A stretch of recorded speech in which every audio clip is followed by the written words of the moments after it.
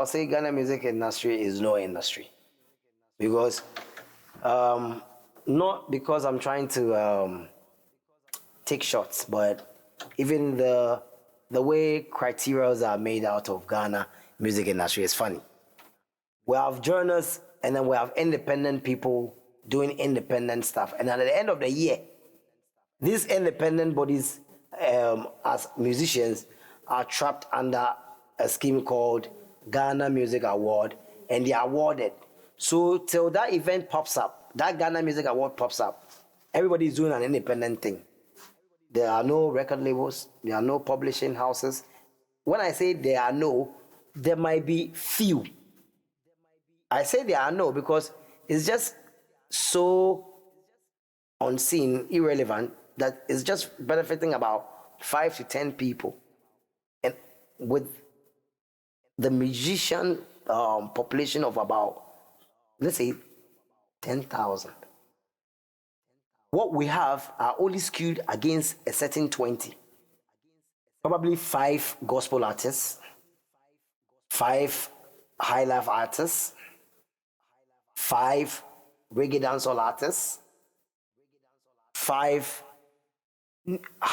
hip life Afrobeat artists. I call them hip life Afrobeat because I'm thinking that now, because of the Nigerian influence, the hip life has turned into Afrobeat, you know? And we'll come to the Nigeria aspect later because it's a fault of our doing, nobody's. So the industry itself is not there to start the whole thing, because we cannot. I don't think that we have. We have. How do I put it? We have something to show that we have an industry whereby there's a talent out there.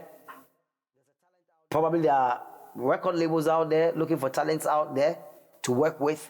There are proper management teams, there are proper events, there are proper festivals. The tourism industry is ripe and proper. And then we are feeding the country with made in Ghana songs. For Ghana music industry to become an industry, we need to popularize Ghana music. Let me tell you what Ghana music is. Ghana music is not only when you sing in your local dialect. Wrong. It's out of the question. Language has nothing to do with who we are now in this world.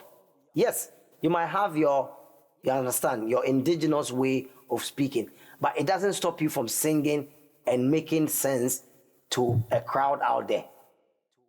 You can sing in Spanish, please do. You can sing in French, please do.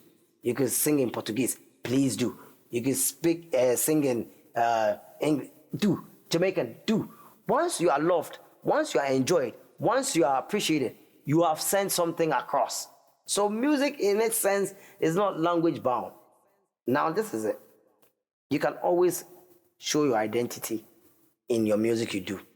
Necessarily not making it a whole indigenous song. You can always have an element of where you are from in every song you do. And it's done worldwide. So now you can have an R&B with a jazz flow. You can have a hip hop with a jazz flow. You can have a reggae dancer with a jazz flow. You can have, dynamism, things that evolves around the place. So the problem is giving Ghanaians what Ghanaians build. Like gospel artists from Ghana, we give them so many of the artists. We play so many of them. We make sure we give them more than we can do for any person. Selling Ghana to Ghanaians, it's not wrong. I'm not saying don't play foreign content. No, I'm not against you playing few of these people because music is enjoyed by everybody. If I say stop playing their music, it's bad. But I'm saying don't intentionally. It's because it's intentional. Feed the people with outside content and turn back and say the people like outside content. No. You can't feed somebody one thing and say, oh, the person likes it. You have contributed in the person's taste.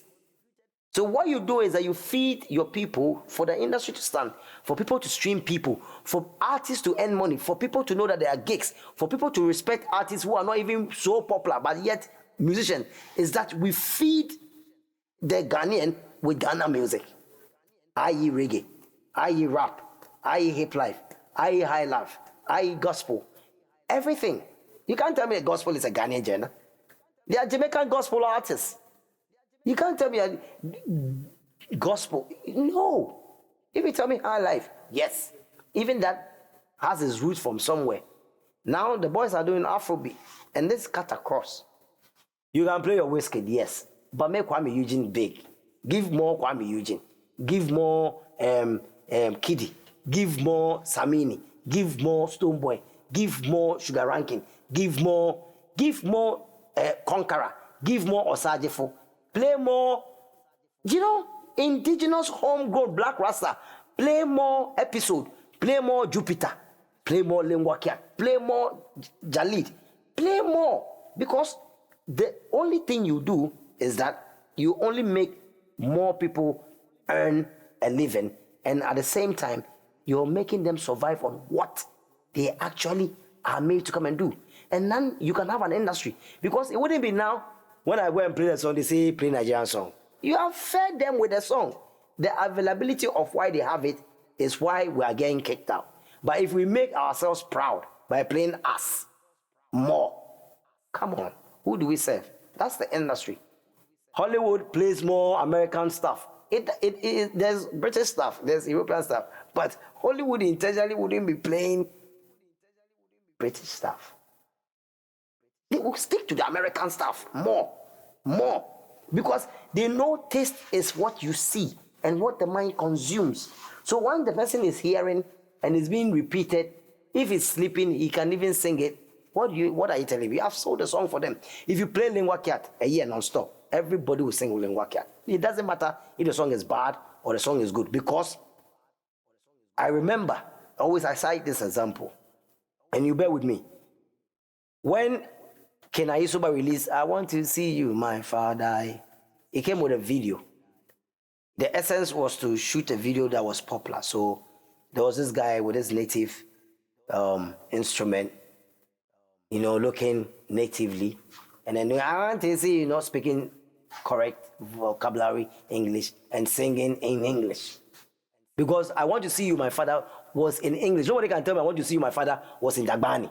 And that the Ghanaian didn't understand what the guy was saying. And that's why I say language has nothing. If you see a Ghanaian guy speaking patois and singing, and you can hear what he's saying, allow him.